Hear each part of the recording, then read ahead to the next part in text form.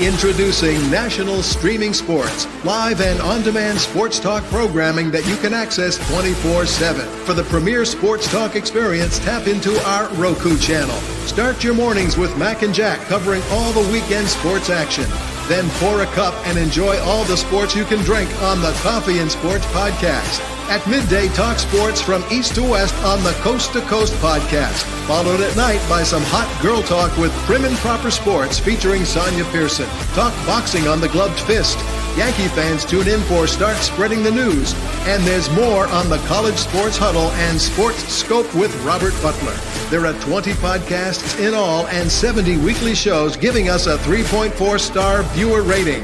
To find us on Roku TV, search for National Streaming Sports on the Roku search bar. Click on the logo and you're in. National Streaming Sports, live and on-demand sports talk for America. Football season is here, and SeatGeek is my go-to for buying tickets. Now, with SeatGeek, every single ticket is backed with their buyer guarantee. We've all had plans change, and when you can't make it to the big game, SeatGeek has you covered. They're the only ticketer that allows you to return your tickets ahead of the event for credit with SeatGeek swaps. So when things come up, I know that my tickets won't go to waste. So what are you waiting for? Download the SeatGeek app to maximize your possibilities and shop live events with confidence.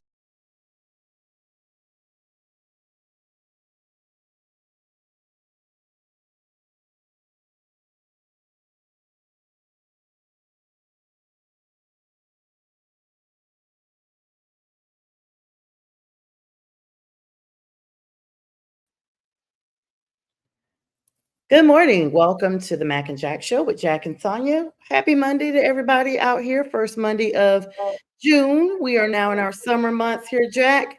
And this is where we get a little bit of a sports lull, but we got some baseball and some basketball to keep us going here. Yesterday's games, Braves blew up theirs. I know Yankees had a big series this weekend with the Dodgers. Yeah, well, we have the sports done around the clock. I mean, we could talk golf. I'm not the biggest golf fan, race car driving or WNBA, it's on the map. WNBA was never on the map until, the last year, too. And all due respect to the other great players they had in the league, it didn't translate into ratings. But I guess with this Caitlin Clark, coming on the scene, Angel Reese's name is prominent, et cetera, et cetera. They're getting a little bit of a buzz there. But before every show, we like to talk, you and I, Sonja, what's the biggest storyline? And there are 365 days out of the year.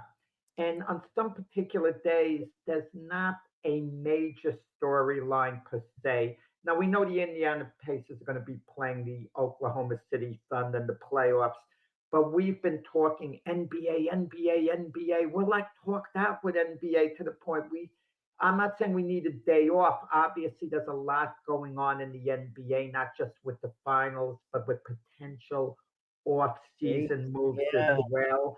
So you never get tired of it. The same with the NFL. You can only talk about the Aaron Rodgers drama with Pittsburgh for so long. But then there's baseball that, that wasn't as prominent. But now, baseball's getting a little more the center stage, especially when you have the type of marquee matchup you had this weekend, the Yankees and the Dodgers. Now, if I said to you, of all the sports, this is interesting. What is the most major matchup impactful-wise historically? I think it would be debatable between the Celtics and Lakers and the Yankees and Dodgers. Yep. That's kind of debatable because of the history that the two have with one another. The Dodgers being the Brooklyn Dodgers moving to Los Angeles. Mm-hmm. That gives it, a little bit of a buzz. But the Yankees played the Dodgers 3 games over the weekend, a rematch of the World Series. Dodgers are prohibitive favorites to get back to the World Series this year. The Yankees are, one of the teams that is thought of to have a reasonable chance of getting back to the World Series, even though it's going to be maybe a little harder for them than the Dodgers, maybe because the Dodgers are considered to be stacked and the World Series favorites. but they played a three-game series, which I thought was a little more important to the Yankees going in because they lost to the Dodgers in 5 games in the World Series. And people forget how easily it could have been 3-2 Yankees after five. Yeah, really. No one brings it up. Game one of the World Series last year, the Yankees are 1 out away from winning the game, and they give up the Freddie Freeman home run. If they get Freeman out, the Yankees up 1-0, and then in Game Five, which was the final game of the series, they're up 5-0. They make three mistakes. If Aaron Judge drops an easy fly ball, which might never do in his career again, that's an absolute fluke. Aaron Judge driving the ball, it's a Yeah. fluke. And then there was Garrett Cole wouldn't cover first base. He had a mental lapse. And Anthony Volpe's throw was a little off the third base, so he got an error there. If just one of those three things didn't happen, the Yankees don't give up any runs that inning. Instead of giving up 5 runs, and they win the game. And that means the Yankees could have easily gone back to Los Angeles up 3-2. So the narrative is, Sonia, the Dodgers are so much better. But they played a rematch, kind of in LA. And even though it's not the same as the World Series, it didn't go, the way the Yankees wanted to. Max Fried gets hit hard in the first game of the series. He'd been having a sensational year till then. Bad game, and then Saturday night's a fiasco. The Dodgers That win was horrible. 18-2. But the Yankees come back. They showed they were resilient. They won the third game, 7-3 yesterday. DJ LeMayo gets 4 hits. It's in the round. If the Yankees get slaughtered 18-2 and only 2 runs and Judge homers, and then the game they win, Judge, doesn't get on base. So Yeah, that was a slaughter. That was a slaughter. Let's talk about Jack Caglione going to be coming up to the major leagues here for the Royals. He's going to be activated on Tuesday. That's big news because I think he's coming from like the farm league, right, Jack? Yeah, a lot of these teams, they have their like blue chip prospects, and it's Mhm. a question of when they're going to bring them up. They kind of want the timing to be right. They don't want to panic. They kind of baby them along, move them along, and then they bring them up at the right time. Because once you bring up these type of players, you don't want to send them down later on. Yeah, You kind of want it to be for good. And there's also another element involved too, Sonia. The service time. That's a big element because if they have their prospects on the big team in the beginning of the year, that means they have credited time in the big leagues, meaning they can become a free agent a year sooner, 1 year sooner. So the team, by holding off, bringing them up a little later, in the spring or early summer, can hold on to that player for an extra year. It's 1 year more of control. okay. And good morning to Rochelle. Good morning to Miss Linda, of course. Happy And birthday to Miss Linda. happy birthday. Listen, I already texted her. Happy birthday, Linda. And good morning to Brian as Morning, well, Brian. Bistrilla. Yeah, happy birthday, Miss Linda. Big hugs to you on this June 2nd. Yeah, How many literally, names does Brian have? He goes by 3 names. he goes by a Don't definitely, repeat one of them. Don't repeat one of them. he goes by Bistrilla. Oh, okay. Well, he goes by Brian. Yes, and Miss Linda, I want to thank you Okay. for your text that she wished me blessings on my new job. Today I'm starting a job as I'm in between classes here. Super blessed about that. I'll be jumping on that after Jack and I are done. So thank you for your text, Miss Linda. That's amazing that she literally already texted me. Yeah, so yeah, I mean that's really big. And I didn't realize, does baseball actually have a timing like how some like you only have a certain amount of time to play, like red shirt and stuff like that? No, they can do it. Some teams don't do it. Some teams have a player who's phenomenal, in spring training, and by them not putting him on the big team in the beginning of the year, it's obvious what they're doing because they want more team control. Other teams might decide, we're not going to do that because everyone knows that we're kind of playing games doing this. But there's nothing wrong with the team doing it. Those are the rules. They want to have extra control of the players. But it's hard when you have a player who's ready for the big leagues finally, and he's uh, and you're counting on him to be part of the future of your team, and you're not bringing him up in the beginning of the year. You have to tell him he's in the minor leagues for a few more weeks. I mean, he doesn't belong in the minors. It depends on the case, of course. Some guys could go either way, but sometimes you have an exceptional prospect, who belongs in the big leagues, but they keep him down in the minors, a month or two more. Yeah, that's how it usually runs. I mean, I guess I always wondered because you don't with baseball, they're using their arms the whole time. You got to worry about, I don't know, misalignment. That just seems a lot, especially if you're a pitcher. If you're a pitcher, that's a lot. Yeah, I mean, teams are going to be making a lot of moves. You take a team like the St. Louis Cardinals. A lot of people thought they were going to be sellers this year, but they're in second place. They're 4 games out. So certain teams are kind of caught in the middle between wanting to sell or stay, whether they think they can contend or not. And other teams you just don't understand, like the Colorado Rockies. I mean, they don't tend to always trade players often, but they're awful, year after year, it seems. Yeah, that's true. All right, let's get into. Thanks for that historical lesson there, Jack. You It's always not have really such historic. It's a great mind with the color. background on Yeah, I don't know sports. if it's historical. All right, so NBA Finals. Let's talk about those. Of course, they are now set. The finals. Oklahoma City Thunder is going to face the Pacers. They're getting a little bit of a break right now, Jack. So they're going to be playing their first game later on this week, June 5th, in OKC to start off, and they're actually favored to win. Of course, the Pacers eliminated the Knicks. What do you mean actually favored to win? Yeah, the Thunder are Okay, favored to win it what do you all. mean actually? They should be favored to win. They're the better team. I mean, I don't know. The Pacers are not going to be a serious match for the Thunder. If the Pacers could Yeah, take this to 6 games, they yeah. would have they would have done well. Okay, if they lose in 6 games, I mean that's about the max that I'm going to give them. I mean the Thunder are just better. I mean, if you want to compare, the star players on the team. I mean, SGA is clearly better than Halliburton. I mean, it's not close.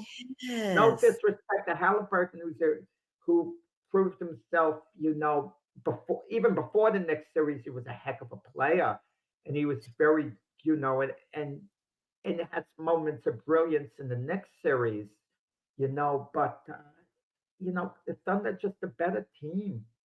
I mean, they are, but this is what's really interesting to me, Jack. Either winner is going to be the first time winning. That's what's Yeah, super exciting. And this is the Pacers' first time even making it to the playoffs since 2000. And super so, dull, Sonia. It's not huh? super exciting. It's super dull. Super I mean, dull. Yeah. I wanted. It's like we have to have a first-time NBA champion. Yeah, we have to. We have no choice in the matter.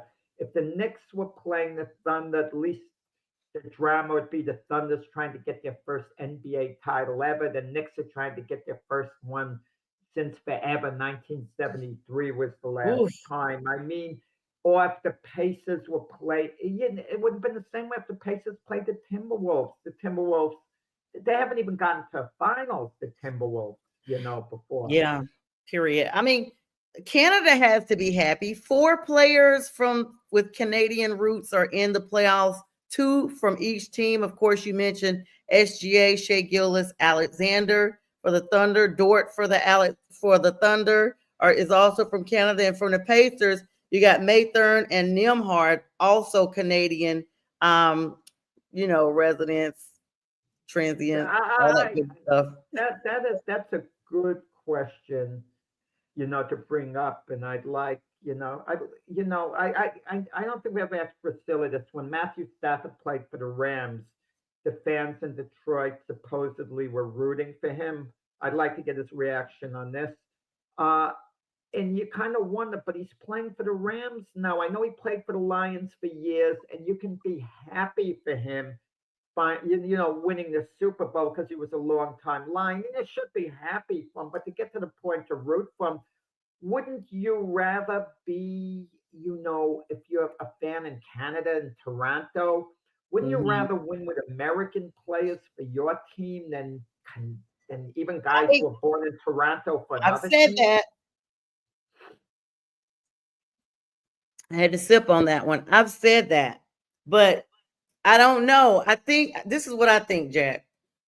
People that live in those areas like Detroit, all those Canadian border type locations, Michigan, I should say, even maybe even Illinois a little bit, as well as even, I mean, what is it? All those states that border up there, Rhode Island, all that.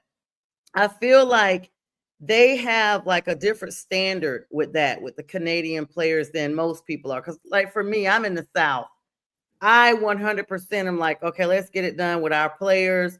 I don't know why we have to bring in all this talent from everywhere else to get it done, but it happens. And so, as I like to say, the northeasterners or those people that border the Canadian border, they look at it differently because they just merge everybody as one big group of people. Yeah, and you mentioned bringing in players. You kind of wonder philosophies of teams that they always feel they have to make a move. Every team that doesn't win a championship, or most teams, unless you're an up and coming team, always feels they can't stand pat. Well, we didn't win the championship. We have to do something. And they make moves that, very rarely help. Like I'm thinking of the Knicks, for example. Okay, they lose to the Pacers.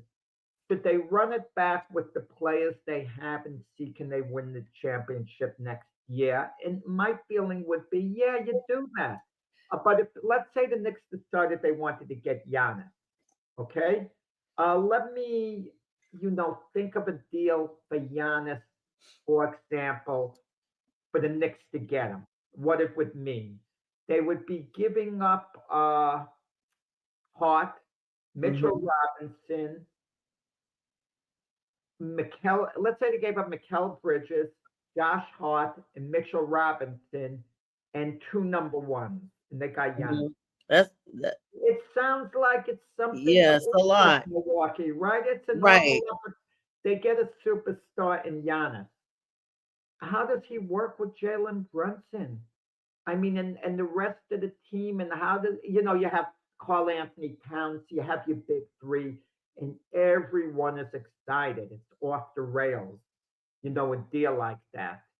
But That's That's why I'm not big on getting rid of all these people for one player. I'm not a fan of that in any sport, Jack. yeah, Because but anytime, yeah, I'm anytime you sorry. no, you're good.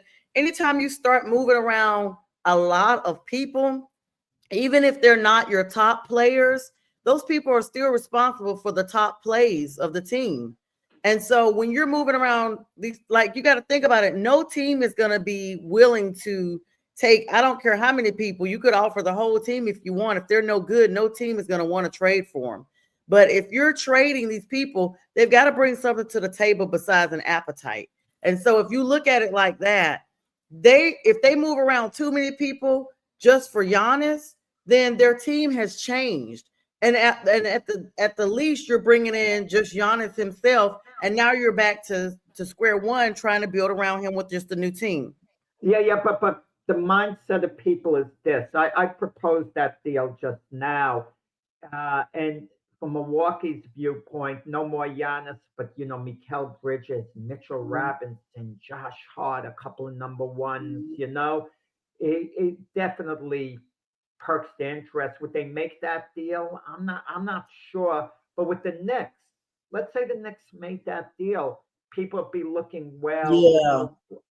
we match, Giannis with Mm-hmm. Brunson, Carl Anthony Towns, Anunoby, and all of a sudden it's exciting, that we have this impact, we have this powerhouse team, but we see it doesn't really work in the NBA just because you match a star on top of stars, even when LeBron went to the Miami Heat, I mean, they were saying the Heat is automatically going to win the championship every year. And the four Yeah. years LeBron was there, they did win 2 NBA titles. It could have easily been one, but and they went to the finals 4 years. But everyone figured with him, Dwayne Wade, Chris Bosh, they're unbeatable. But Yeah. it didn't quite turn out, fully that way. I mean, I definitely agree that, and that's the reason why I don't necessarily match up Giannis with only like the Knicks or only playoff teams that we just saw. He could go somewhere like the Spurs. They have a draft assets that they'd be able to move around and pay him and get him the contract he needs. I mean, especially if you pair him with Wembanyama. If you pair him with Wemby, Jack, like Yeah, but that you're could not going to really. get them. So that's nice what you're saying, Sonia, and it's correct what you're saying. But you have to acquire Giannis. The only way you acquire Giannis, I'm not sure. San Antonio goes number 2 overall in the draft. They Mhm. have to give up that pick. And what are they going to do? Give up 5 number 1 draft picks besides that? I don't know. Is Giannis obtainable unless the player, Milwaukee would be in love with the player, being picked, who they take number 2 overall in the draft behind Cooper Flag. If they see a player who they think is going to be an absolute star at number 2 overall in the draft, whoever it might be, then yeah, then you make the deal because you're going to immediately hit upon it with a star back and have some other number 1 picks. I could then see that, but why would San Antonio want to do that? They go number 2 overall in the draft. Why get a 30-year-old Giannis when you can get a stud coming out of college? I mean, you could, and good morning to you, Rick. You could, but these are just like possibilities, like teams I heard, rumblings. You do speak solidly about the Knicks, but this is the thing. Remember, we talked about moving players around. If he comes to the Knicks, they're talking about trading Karl Anthony Towns for what? I don't think they're going to trade him. I mean, that's kind of news on this. Now, Karl Anthony Towns is going to be a Knick, next year. And Karl Anthony Towns, we saw what he could do when he's at his best. Karl Anthony Towns at times wasn't adjusting maybe to the team concept. I mean, maybe he didn't, the flow of the game kind of got away from him. He was committing a lot of silly fouls in the Indiana series, a lot of them. But Right. we saw the way he could take over a game, the way he could drive to the basket, the way he could rebound. Uh, it's hard to move on from a guy like Karl Anthony Towns. But then consider this: if Karl Anthony Towns was truly a dominant player with any consistency, at some point he would have gotten the Timberwolves to now the Knicks into the finals. And they couldn't quite take the next step. But then again, you want to know something. But then again, it's hard because if you take away Jokic, we might agree that Jokic is the best player in the NBA. Okay, there's a good chance most people would say that Yeah. Jokic is the best player. Jokic has only gotten to the finals one time where they won it, where they won the championship. But look at year after year, he doesn't get his team to the finals. And if he didn't win that one championship, and let's say they got eliminated before the finals, what might we be saying about him? I don't know, Jack. I disagree just a little bit. Even though Karl Anthony Towns had these subpar games, you definitely, well, no, I do agree with the part you definitely don't want to really put him in a trade package. He's one of your bigger names. Even if I mean, let's compare him for a small moment, even though there's really not a real comparison, it's enough. Anthony Edwards, for a little bit, people were talking about how they wanted him to be the face of the MVP, the league, blah, blah, blah, the NBA for the MVP candidate and all this stuff, the series. And he definitely wasn't. We saw him flop. We saw him struggle offensively. We saw him not even go for the big plays that he normally had gone for. I think this is kind of a similar comparison with Karl Anthony Towns because he too all players have this tendency of being up and down, up and down. I think it just depends on the players that are surrounding you. I think it's you're just as good as, I don't want to say you're a game manager, but you're not a good solo breakout player like a Kobe or a LeBron or those type of players in those eras, and even now, Jack, with that one. I mean, he has been linked though, of course, to the Celtics, but the Celtics reportedly can't afford him because they got some financial issues to deal with. Oh, Celtics want to link themselves to everybody. They will link the Cooper flag. How are they going to get Cooper flag in this draft? Come on. I mean, Yes, what are I they going to, know. what chips do they have? I I don't mean, know. come I on. mean, They don't have the chips. They're not getting Cooper flag. They interviewed him, worked him out, or whatever they did beforehand. And he's not going there. Cooper flag's going to Dallas, and Dallas would be borderline insane to mhm. trade Cooper Flag because I can't see anything that they could trade him for short of San Antonio, which San Antonio wouldn't even consider it giving Wemby. If they called him and offered him Wemby, yeah, I mean Yeah. but that's ridiculous for me, maybe to even bring that up. So Yeah. Cooper Flag's he's gonna be a maverick considering his age and everything Yeah. involved. But the point is, we see when you take a star like a Giannis and you put him on another team, it doesn't mean success. Let's Yep. look at how many times that's been done and hasn't worked out. Okay, Lucas went to the Lakers. It didn't work out this year. Lakers weren't any better, in the playoff Yeah, that scenario was than they would rough. have been with Anthony Davis. And they did win an NBA title with Anthony Davis. And this two-star system doesn't work if the rest of the team is not this cohesiveness. I Yeah. mean, we see it with the Sixers when Embiid Mhm. is in. He has Maxey. Yep. Damian Lillard went and he joined the Bucks, and the Mhm. Bucks are supposed to be championship contenders. Him joining Giannis, it didn't work out. I mean, listen, when teams win an NBA championship, you normally point to a second star player because winning makes it a player star as opposed to a star making a team a winner. Okay, Mhm. like Chet Holmgren, he's the perfect number two, on Yes. that OKC team. But Holmgren, you can label him a star if you want. He's a star in OKC, but if you put him on another team like the Washington Wizards, he's not, as effective. Yeah, that team doesn't even have anything there. I mean, so two things, Jack. I want your opinion on this one.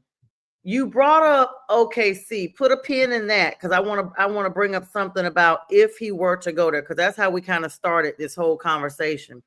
But let's think about, you talk about like how Giannis went to the Lakers and it didn't make a difference. Luca, Luca, Luca, Luca. excuse me. I always mix them up. Uh, Luca. you know, Luca to the Lakers. And even with LeBron there, it just was not enough.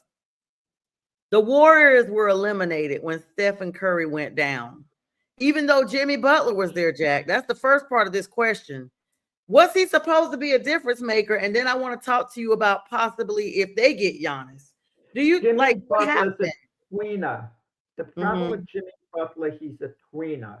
They're Mm-hmm. stars and they're superstar type players. Mm-hmm. Mm-hmm. Jimmy Butler has never been a superstar type player. I know he took the Heat to the finals a couple of times, and he's been tremendous in certain spots. Big Mm-hmm. respect to Jimmy Butler as a player, but Jimmy Butler is a little below the level of the Giannis's, the Lucas, Oh. the I mean, he's Tatum. gone down too. He's He's gone down. no, well, he's older, getting older. He Yeah. might be at the back end of his prime, put it that way, okay? That's a polite way of putting it. But Jimmy Butler has never been a superstar type player. He's been, when you talk Batman and Robin, he's been more like in between the two of them, okay? And he can elevate a team and be a star for a given amount of time, but he's not. He was never on the level of Steph Curry, not quite. And this is Jimmy Butler, this best. And no disrespect to Jimmy Butler, a great player. But when we talk about the top 5 players in the NBA, Jimmy Butler's name never came into the equation when he was at his best of being one of the top 5 players. Now, all these other names, they have been brought up when we talk top 5 players at one point or another, like Giannis, Kevin Durant, Tatum, and well, No. but Jimmy Butler, it's a good fit that he went to the Warriors. They're going to run it back with Steph Curry, Jimmy Butler, Draymond Green, like they should run it back, I think, because Sonia, your players on your team, like the Warriors, other Mhm, teams want them. So if other mhm. teams want them bad enough, why don't you just hold on to them? Yeah, this is my thing on it. I feel like Jimmy Butler overall has kind of like, I was just pulling up his stats while we were talking. And sorry, I had to mute my line because for some reason I have my Alexa where she gives me the weather every day at 8:30, and so I don't want Okay. people to hear that. She just started And talking. the weather's one of the most anticipated things that people turn to. People check on the weather before they check on our show. I'll tell you that. Yeah, I mean, yeah, they want to know if they need to take out a jacket or an umbrella for the day, Jack. I mean, this weather, I mean, Yeah. it's 60 degrees here in Atlanta and it has been cool the last couple of days in June, now that we're in June. But listen, Jimmy Butler in 2023, which is only a couple of seasons ago, he was the Eastern Conference Finals MVP. He's a He's got tremendous player. He's yeah, but he averages okay. So over his 14 seasons, I didn't realize he'd been with in the league so long. He was with the Bulls, T Wolves, 76ers, Heat, and now the Warriors. I didn't realize he was such a journeyman in the league either, Jack. He's no been four averaging teams. It's circumstances why it's with 18 two teams. in 23-24. He had 20 points per game, but in the other games, he averaged almost 18 points. So his points are not really that different. I don't know if he ever was a big haymaker, as you say, as we talk about, to be that. Maybe you were right. He's this tweener that just basically assists everybody. But with him, okay, I brought Jimmy Butler up because if you bring Giannis there to pair with Jimmy Butler, Stephen Curry, of course, Draymond Green. They have expressed reservations and now bringing Giannis in there, another big name as Who well. expressed reservation? And anyone would jump at the chance to have Giannis in there. Are you kidding me? They Yeah, can't get Giannis. They have nothing to give they'll for Giannis. Okay. have to pay him. Uh, They'll just have to pay him.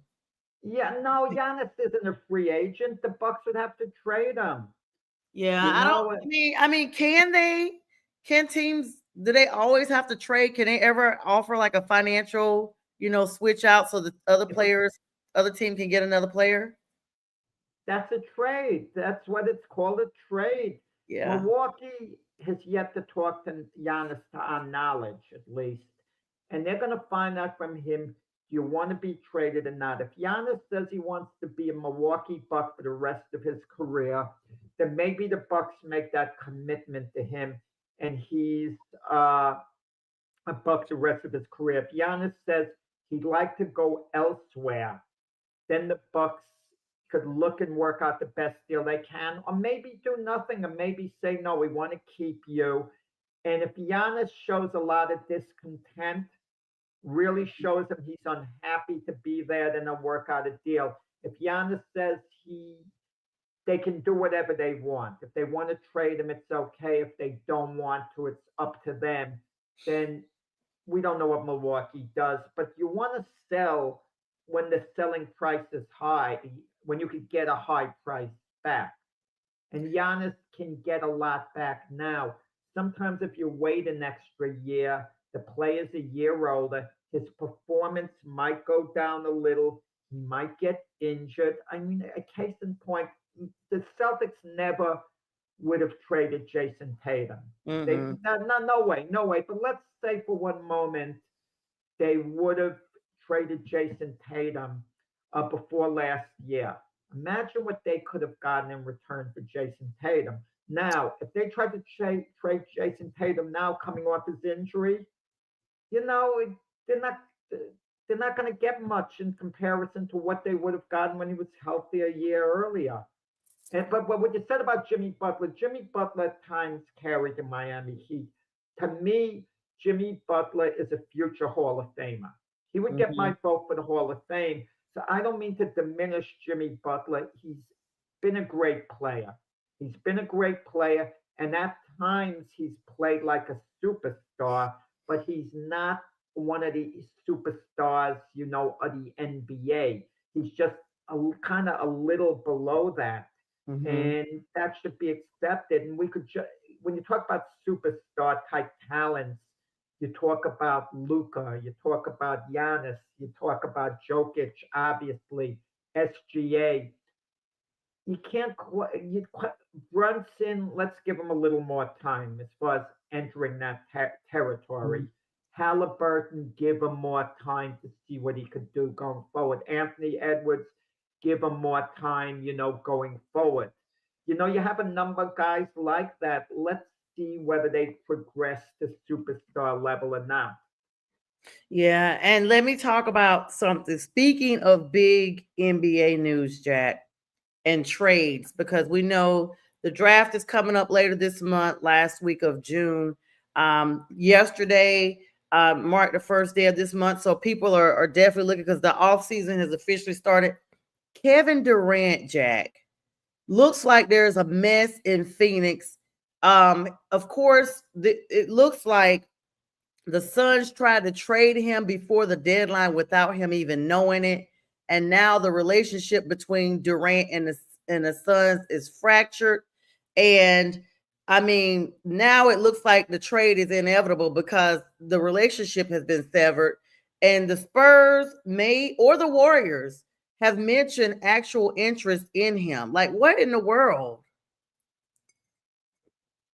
You're muted, Jack. Your line is muted. You're muted. The Warriors were interested in trading for Durant last season. Hmm. But Phoenix did speak to Durant about it. Durant didn't want to go back there.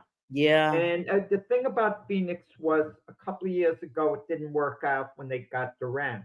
It Hmm. didn't work out. So the owner decided we're going to run it back with the same guys. My formula is sometimes running it back. Sometimes it works. A Yeah. lot of times it doesn't work.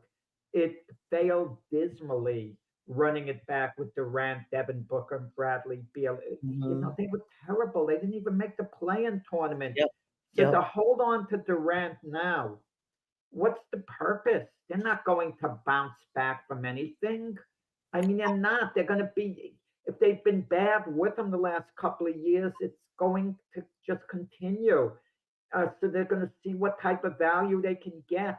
I mean, I would think Durant's main value would be to a team that has a chance of winning a title. I mean, there's a familiarity with him at Golden State. Obviously, he did get along with the coach there, the front office, the other players, because if he didn't, they wouldn't be trying to get him back. And when he left Golden State, he left as a free agent to go to the Brooklyn Nets. Yeah. And, Durant's won a couple of championships.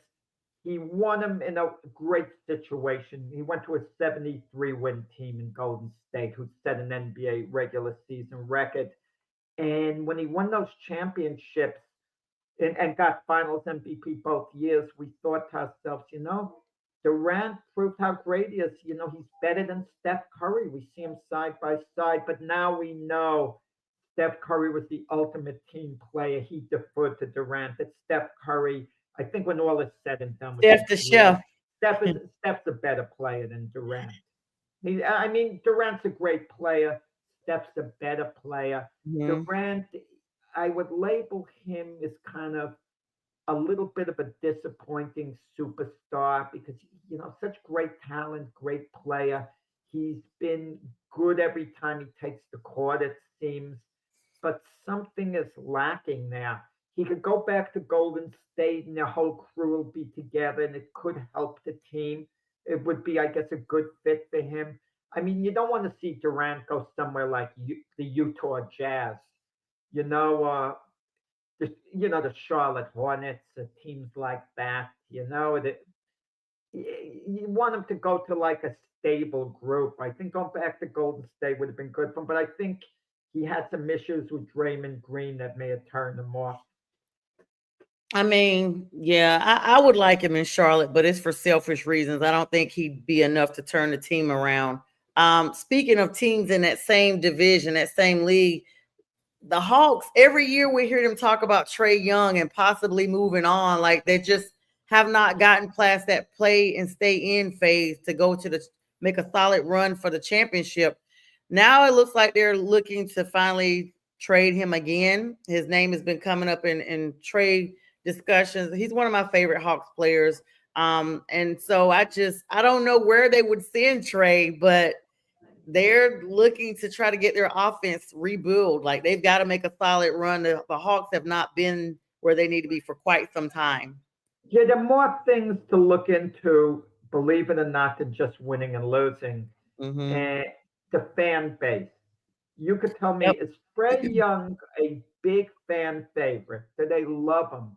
Does he raise the profile of the Hawk franchise in Atlanta? Okay. If he's one of these popular Atlanta Hawk players who everyone loves, I guess maybe you hold on to him unless someone offers you just But such a that's why they've lucrative been deal you holding can't on to turn it him. down. Is That's the that reason okay? So he why. is very. You're saying he's extremely popular. He's okay. So for me living in Atlanta, I I'm a don't Hawks know. fan, but I like the Hornets because that's my home team. But I go to Hawks games and people literally love Trae Young. Like he's just one of those players that kind of sticks out. He's personable, everything. And so I think that's why the Hawks have been hanging on to him as long as they have, Jack, because they feel some sense of loyalty for the fans. Okay, then let him be a career Atlanta Hawk. He certainly doesn't hurt the team, but is he a good Let's enough see. player? Is he a star player to take you to the next level? He was projected to be a big star in the league, and he's the kind of guy who hit a wall. Like we were talking about Jimmy Butler before. I put Jimmy Butler ahead of Trae Young, of course, with all he's done over his career. But Trae Young is never going to be on the short list of elite players in the league. Let's accept that. He's going to have great moments and he's going to be a tweener, but on the lower end, from being a superstar. I mean, so I don't know because they literally have Trey as I was just looking while we're talking. They have Trey Young as like literally being one of their volume players. So it's not just from a perspective of the fans. Let's see his stats overall, just in general. He played 76 of the games. He's averaging 24.2 points per game, which is higher than Jimmy Butler, Jack. Um, Somebody has got to score. Somebody has got to put on nice stats for the team. It's so deceiving. I used to laugh with Mac, like he'd go over the box scores and say, "Oh, so and so chipped in with 28 points," and I said, "Yeah, they shot 10 for 30." You know what I mean? oh, So I would we would I joke we would joke around about it, and he would laugh about it, and we'd have fun with that. well, Yeah, it's like he was he was the number one leader in the NBA for assists this last season. I mean, is that enough for you? assists are the most Somebody's got to overrated do it. stat. Assists are such an overrated stat. I mean, you Yeah, could just bring the ball up slowly, pass it to someone, they score, you get an assist. I mean, it just Trey you're Young just is a heck hoping. of a player. He's a very good player. I don't mean to diminish him. Yeah, He's a no, heck of a player, but the Hawks are they going to take the next step with him? Would they be better off working out a deal for him or not? That's the question. But if he's extremely popular with the fan base, maybe you don't want to work out a deal. Look, we talked on the past show with the fan base. One of the most courageous moves ever was made by Donnie Walsh with the Indiana Pacers. mhm. Everyone in Indiana wanted Steve Alford for him to draft him. Alford from Indiana, you know, uh, great college player under Bobby Knight, a hero in Indiana. He drafted Reggie Miller, a black player, okay, from California. I mean, think of that, okay? Reggie Miller. And people were furious. Donnie Walsh said, as soon as I drafted Reggie Miller, I went into hiding. And and that was the right move to make. That was the brilliant move to make, the gutsy move to make. And imagine had the Pacers had another GM and they wimped out and they took Steve Alford, who never turned into a quality NBA player, and Reggie Miller goes elsewhere and he would have been a star no matter where he went. I mean, think of what that would have meant for the Pacer franchise. I mean, just to Donnie's credit, he is an attorney, so maybe he just felt like he was analytically choosing things. He's still, in fact, connected with the Pacers, because he's had such a respected tenure with that organization as being in the front office, but he also was with the Knicks for a little bit. Now he's just in an advisory role, he's a little older or what have you. But he's one of the reasons why they have such a strong culture, even today, there. So I don't know, Jack. I feel like sometimes people can overanalyze things and you just can't ever know 100% what you're getting when you're bringing players in. You could be thinking you're just getting an okay person and they blow up, or you think they're a star athlete and they're not. Well, you never know what the sharp basketball minds, the sharp NFL and Major League Baseball thinking. For example, this year's draft, Dallas is excited, and we're assuming, I like and I've been guilty. Hey, how you doing? Yeah, you like that? Yeah. I was going to talk about your shirt before we got out. Good morning, right. Brent. We're assuming the Mavericks are going to take Cooper Flag number one. What happens if they're looking at the draft and they're thinking there's someone else that they absolutely feel is going to be a better NBA player? Do they still Cooper take Flag? Cooper Flag? But if you don't take Cooper Flag, you imagine you're Nico Harrison and they say he's done it again. He traded Luke and he's bypassing, Cooper Flag. It would take extraordinary courage to do that. If you draft Cooper Flag and he doesn't make it, if he's not a star, he's going to be a good player at the very least. But if he's not a star, not a true impact player, no one is going to criticize Dallas because everyone else would have made that move. For example, the year Michael Jordan got drafted, he went number 3 overall. Everyone criticizes the way they should the Portland Trail Blazers for taking Sam Bowie at number 2. That was a mistake. But no one criticizes the Houston Rockets for taking Hakeem Olajuwon at number 1, because Hakeem Olajuwon was from the University of Houston. He was a hero in Houston, and everyone knew he was a great player. Of course, if the Rockets could do the draft all over again, as great as Hakeem was, they probably would have taken Jordan, okay, number 1 in the draft, and then Hakeem would have gone second if there was a redrafting. But some mistakes, it's some picks, it takes an extraordinary amount of guts to go against what everybody wants. I'm going to tell you this. Because Cooper Flag has such a comprehensive talent of the game on both sides of the ball, like they've compared him to so many greats. And they're actually talking about, he's the youngest player now to be drafted. He's only 18, won't be 19 until December.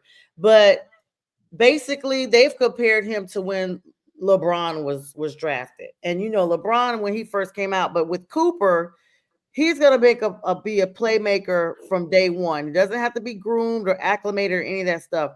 Jack, if Dallas decides for whatever reason, like, we'll just go ahead and give him to someone else, they are going to be laughed for probably durations. I mean, you think they laugh at the Cowboys.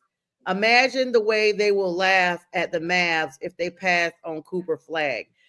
Cooper, excuse me, is very sought after, and Dallas got very lucky to be able to get number 1, because I don't know if they've had a number 1 pick ever or either quite some time. I can't remember at the moment, but it's up there that they never really land the number 1 pick. On the flip side, And if Mark they, Aguirre years ago. yeah, Mark Marcus, Aguirre. You Yeah. Gary, yeah, Marcus Wire. That was Mark Aguirre, yeah. yeah. I will tell you this. On the flip side of that, if they draft him and he's a bust, at least people will know they did what they were supposed to do. You Yeah. don't want to be in a position where it's a shoulda, woulda, coulda, and you were on the side that it could have been beneficial, and now somebody else has him and they're going to the championship and you're sitting at home. If that was to happen, Jack, somebody's going to lose their job. Well, yeah, I mean, he's the obvious pick, Cooper Flag with Dallas, but I'm just saying their basketball minds. If they like another guy ahead of him, for example, and Zion Williamson, the year he went, that the Pelicans picked him number Yeah. one, you had Jay Morant at number two. And it would have taken a lot of guts by the Pelicans to draft Jay Morant ahead of Zion Williams I because mean, with Zion Williamson, because everyone wanted Williamson, with yeah. the on the Pelicans, he was a consensus pick. So I mean, yeah, Zion was, but Ja has really stayed in the league for the most part, been uninjured. Zion's been plagued with injuries, and that's the other thing you have to think about. Zion came into the draft not really in his top physical health, Jack. He was overweight. To this day, they've talked about how he needs to slim up, all that stuff. He burst out of his shoes. None of that's happened with Cooper Flag. Cooper is slim. He's tall. He's athletic. He looks, very much in good health. I don't think injuries would be a concern. The injuries Zion are having are because of his own health, the way he takes care of his body, conditioning. Look, the fans in Dallas just want to win with no matter what other type of player. But no one likes to broach the topic. But Cooper Flag's white too. And it's Yeah. rare to have a white superstar. So it's going to invoke memories. Maybe, oh, is he going to be the next Larry Bird? It's Yeah. marketable stuff. I mean, Yeah. let's I call guess, it like it is.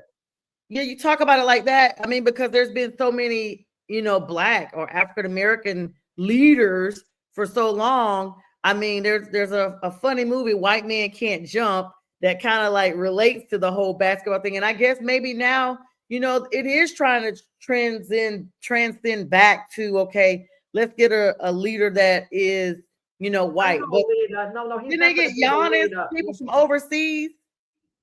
Leader's the wrong word. Cooper Flag going to Dallas. Keep this in mind. The moment Dallas traded Luka, there was a storyline developing that people weren't thinking about. It made Kyrie Irving the leader of that team. Kyrie Irving could never be the leader of the Dallas Maverick team as long as Luka was there. Now Kyrie's the leader. Anthony Davis came on board. Anthony Davis is willing not to be the leader per se. I mean, he'll lead during a game. But Anthony, so Cooper Flag's coming on as a rookie. Okay. Anthony Davis listened to Kyrie, just play the game hard. And Cooper Flag, Kyrie's going to want to take him on his wing, this and that. And I don't mean Kyrie's intentions are going to be good. Don't get me wrong. I don't think he has an ego. Let's keep this kid in his place. He's going to sincerely want Cooper Flag to do well. But Kyrie's basically going to be running things in a sense. And that could backfire. Yeah, with the Celtics. He was there with Tatum and Brown, and look what happened. Kyrie was in a leadership role, and it like I said, it backfired. And with the Nets, it was a disaster. With Durant and Harden, with Kyrie there. I shouldn't say a disaster. One year they could have, if they didn't have injuries, they could have conceivably won the NBA title, but Harden and then Kyrie got hurt. Let me tell you this. Kyrie Irving is borderline toxic in my opinion. I don't want to hear of him leading anybody, Jack. He's controversial to the point of, and everybody's entitled to their own opinions and their own beliefs, et cetera, et cetera. But some of the stuff that Kyrie does and says on social media and his own, the behavior that we've seen all the way back from during the pandemic, that started everything. I don't want to hear about him being a leader of anybody. Well, he's called it at Dallas. I mean, and he's just played ball, and he's I don't want to say reinvented himself, but he's kind of slipped under the radar. And there hasn't been any controversial comments. He's kind of kept it quiet, in a sense. So, His but publicist Kyrie, probably told him he needs to start silencing it a little bit if he wants to keep a career in the league. Like whoever yeah. his advisor is probably like, look, dude, simmer down a little bit, as we say in the South, simmer down, because you are going to have yourself over here blacklisted at some point with your comments and your behavior. Well, I think it's more problem. We mentioned Zion before, with his off the court issue coming on right now. He has a serious, off the court issue. He has Oh to my deal with it. God. Let's not pass judgment because, We're not, but yeah, let's not pass judgment on it. I'm just saying it's been in the news. Okay. yeah. Once it's in the news and your public personality, it's something that's there that the New Orleans Pelicans front office knows. Hey, we got to deal with this. We got to Yep. keep an It's eye out on of this. your control once it makes mainstream. Because listen Yeah, to this, Jack. Even though you and I are saying we're not passing judgment because we know whatever, things happen. yeah, When a person is accused of certain things, it doesn't matter what the court of law figures out for that person. It's always going to now be in people's minds. You yeah. can't unthink what you know. That's what I always say. You can't unknow what you already know. Absolutely, 100%. And then that person is, if someone else accuses them of something or they're under suspicion, it's it's unfortunate that you wish these things didn't come out publicly unless until there was at least a resolution of the case, Right. or if he wasn't, if he's never found guilty of anything, that it doesn't come out altogether. Well, But this because he's this a case was not even criminal. So this is just civil, which would mean liability. She just wants money, basically.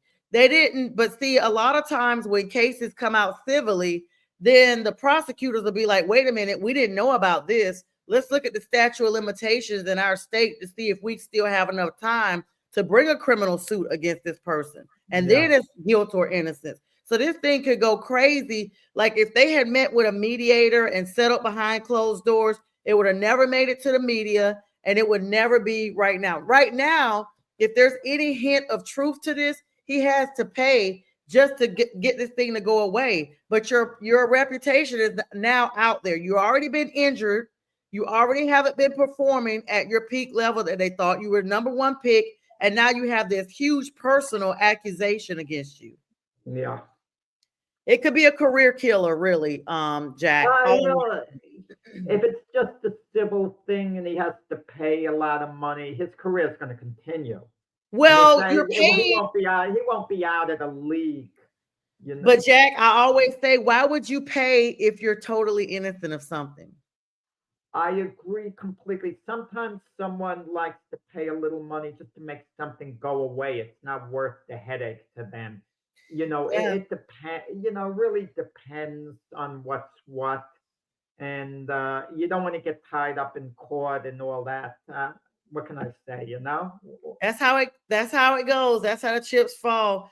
Jack, always a great show with you on Wednesday. Jack and I will join you again for this awesome morning of Right, so shows. Wednesday or to Wednesday, Monday. So yeah, what do you? Come on, you already giving us credit for putting on a great show in 2 days. I I'm mean, telling you that we'll be back with you on Wednesday. okay. And then, of course, we got shows throughout the rest of this day here on Roku Network.